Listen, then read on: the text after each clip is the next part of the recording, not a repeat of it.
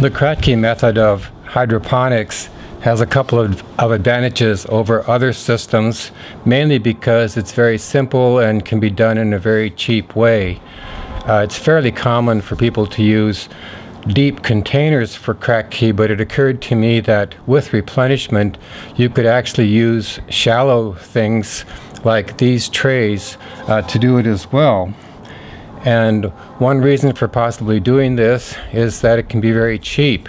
Here you see two different trays. One is a 2-inch stainless tray that is typically used in restaurants, and the other is your typically 10 by 20 tray that you get from hydroponic stores and things like this. In the case of those trays, I do recommend buying the heavy-duty tray, and those cost you about $2.50 each. The tops of these two trays are made from a kind of a corrugated plastic that I got from Tap Plastics for about $10, which gave me enough for 4 trays. So you can see here, this is corrugated, and what I did is that I made these so that the corrugations run across the narrow side of the tray, making it more rigid. And then you can see that I put 5 holes in each one, that the center hole was found by drawing an X across the points, and then to get the holes in the corners, with some inspection I decided that the centers could be about 5 inches in from the corners, and that's working pretty well for these standard size trays.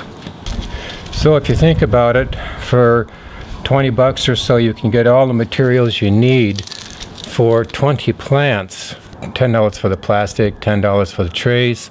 2-inch net cups are going to cost you about 25 cents each. Now, when I made my initial cuts in this material, I did it with a knife, and it was easy to do, which also means that instead of spending 20 bucks for a hole saw, you could just use something like a box cutter to make a square hole in the boards as needed. I'd recommend making them about 1 7/8 inch square, and then carefully trimming the straight edges in order to make room for the cup. You certainly don't want to make holes that are too big. Beyond that, you need a couple of pounds of hydroponic food, which will cost you about 20 bucks for 2 pounds. It'll last you for a long time. Okay, taking a closer look, I want to point out this plant and this plant, because I've seen videos of people using pieces of plastic foam to start plants, and that's what I did here. I just took a little kind of 1-inch square by 1.5 inch thick piece of foam and cut a slit down the middle and sprinkled in some basic salad mix from True Leaf. It sprouted very quickly and has grown very nicely. You can see this group of roots on the bottom. You see a little darkness in these roots, which might be due to Pythium infection. What I'm doing in my plants is I have a collection of herbs that I add to the solution. In Howard Resch's book on hydroponics, he says that peroxide at 30 to 50 parts per million can be kept in the reservoirs to hold down infection. And so I think, without doing all the math, that I could put a few drops of 3% peroxide into these every week, and that would help reduce the risk of infection. You can look around and you will see videos about simplified hydroponics, and there is the question of air in the water. One thing to keep in mind is that the atmosphere presses down at a weight of about 14 pounds per square inch, which is why running water picks up air.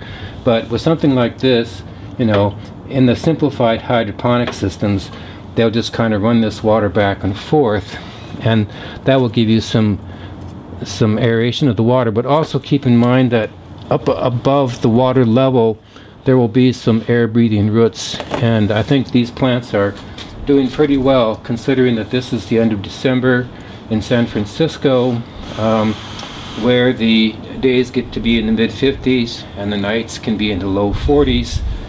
These are doing pretty well. They're harvestable. Got a curled leaf here, who knows. But this could be a nice little system for somebody. Here's another setup I'm doing, which is 3-inch net pots in a 1-quart mason jar. It's a perfect fit. Some of these things, like the oregano in the middle, and also this cilantro. These are actually from the nursery, so there's dirt, there's soil in these pots, and they're growing the roots down. One of the things people say about growing in these glass jars is that you should cover them to prevent the growth of algae, but I'm not really seeing that. Of course, it's kind of cool out. I think in a warmer situation you might see that. Also, these things provide good sealing. Okay, here's another variation on a simple kind of Kratky sort of system, which is, this is a 6-inch deep storage container. It's been covered with plastic that is white on one side and black on the other. It's a bit more work than I might want to undertake. You see I have 2, 4, 6, 8 holes in here. Some of these things are younger, so like this one here, this basil. I'm still watering this by hand to see until it gets some roots down into the water, which is not exactly happening. In the back here you can see an air line, so there's a little air pump pushing water into this. The water is about 2 inches deep. There is a pipe, a little 1/4-inch pipe on the side through a 3/8-inch grommet that provides some drainage, although I did find that the capillary resistance to this pipe is such that you need to get maybe 4 inches of water before it starts to drain. So, I'm just using it as a kind of a fixed level thing and replenishing the hydroponic food from time to time. So, looking forward to seeing more production out of these things as the weather improves. Okay, so this is how you can make the foam blocks. Nothing terribly complicated. You just want a little sharp knife here. This foam is just under 2 inches thick. I'm going to make a little square chunk. Down the middle of it, I'm just going to make a cut about 1/4 inch deep, because that's what these seeds want. Need to go a little bit further. Okay, so that's just about right. And what I'm going to do on this one, I'm going to put some broccoli seeds in there, just a little pinch of broccoli, which I'm going to let grow, and I'll consume the leaves as they grow, as opposed to waiting for a fruit. There's about 1/2 broccoli seeds here. Spread it apart, drop them in. You wouldn't want to do this on a commercial scale, but for a home operation, this is just fine. It doesn't take that much time, as you can see. You can buy this kind of stuff at fabric stores. Not hard to come by. A little bit of a trim there. Okay, so what I found is this has very nice water holding. It's a very nice balance between holding water and letting air pass. This will take just a few days before it starts to germinate. We'll be off to the races with this particular thing. So this is an example how I am currently doing my plant starts. I'm using the Oasis Cubes, which are not terribly expensive. I got mine at the Hydroponic Connection in San Francisco. Basically got one sheet, which is about 100 cubes.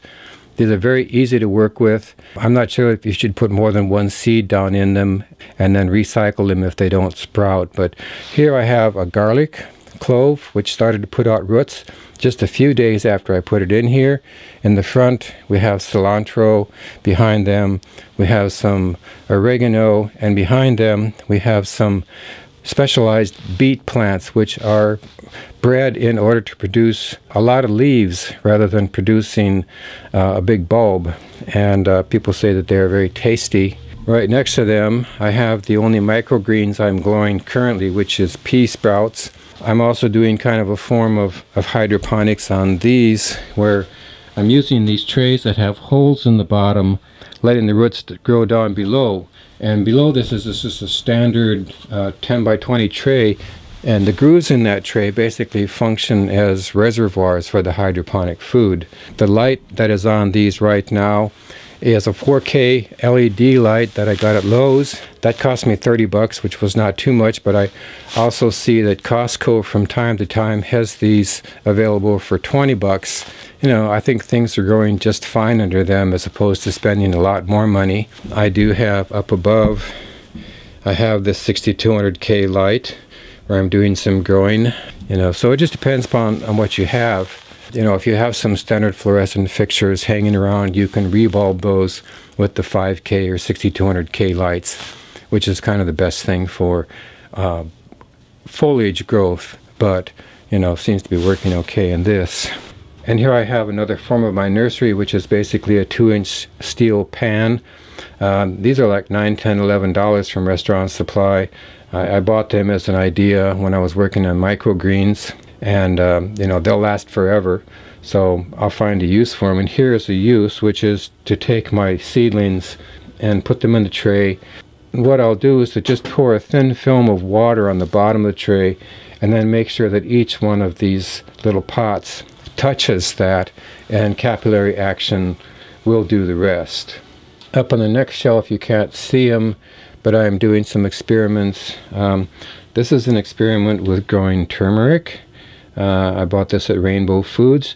Turmeric sells for about $18 a pound in the dried form, so outside of being a very good herb, it could be a good cash crop. I'm also trying to start a piece of ginger in the same setup. When you tip this over, you can kind of see, you know, the wet area down at the bottom. I did have these covered, but I found it was growing mold, so I'm going to leave it uncovered.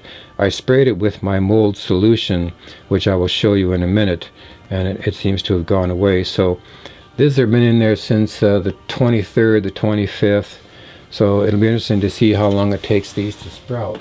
And if they do grow, they'll start to spread out, and basically I will put them on more pieces of foam in whichever direction that they grow, so that they'll have room to grow. Here are the items that I use to prevent mold in the sprouts and in the other places in my hydroponics setup. On the left we have golden seal, then we have turmeric, we have oregano leaf, and grapefruit seed extract. These are all things that have antibiotic, antifungal, antimicrobial kind of activity. When I mix up a half a gallon of hydroponic fluid like this, then I'll put a few drops of each into that fluid, so that you have kind of a systemic approach to preventing diseases.